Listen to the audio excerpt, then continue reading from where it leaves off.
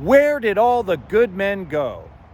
Now, that sounds like a song, and I believe it is, but it's also one of the most frequently asked questions on the internet.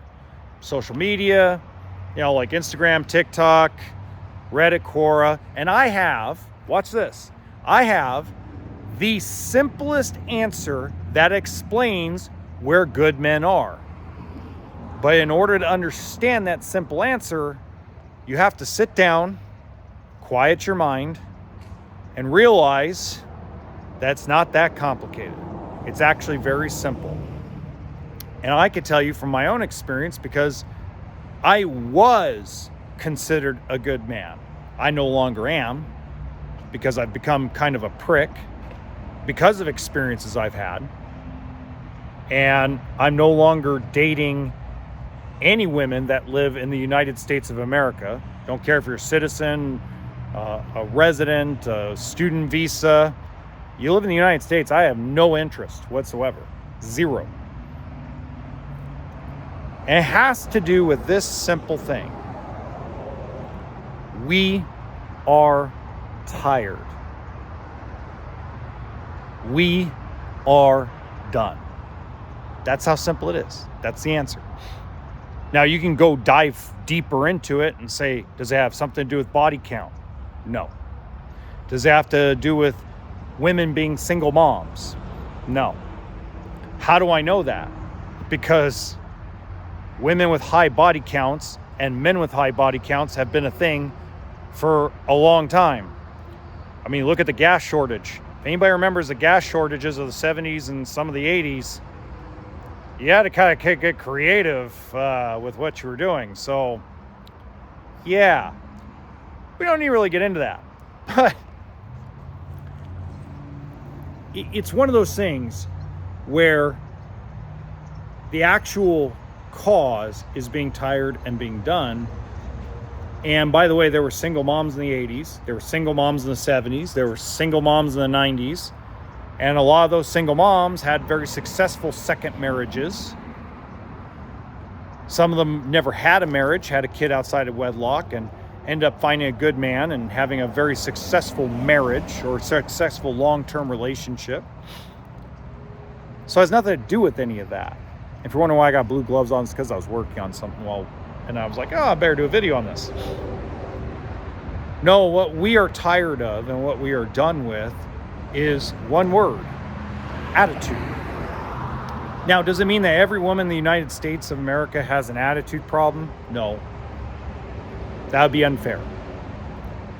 Is it very hard to find a really good woman in the United States of America? Absolutely. It is virtually impossible. For several reasons. The number one reason is they're taken already. A lot of good women realize that it's hard to find a good man, and then they find one and they wrap him up.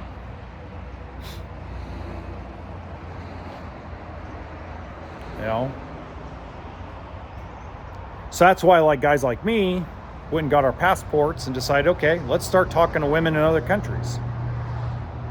There's billions of women on the planet. There's billions of men on the planet. Why are we limiting ourselves to one little country? It is really that little. And let me give you guys probably the best example of why we are tired and why we are done. So obviously the conversation's been kind of cut off because unfortunately she's really young and I have no interest in dating someone in their 20s in a foreign country.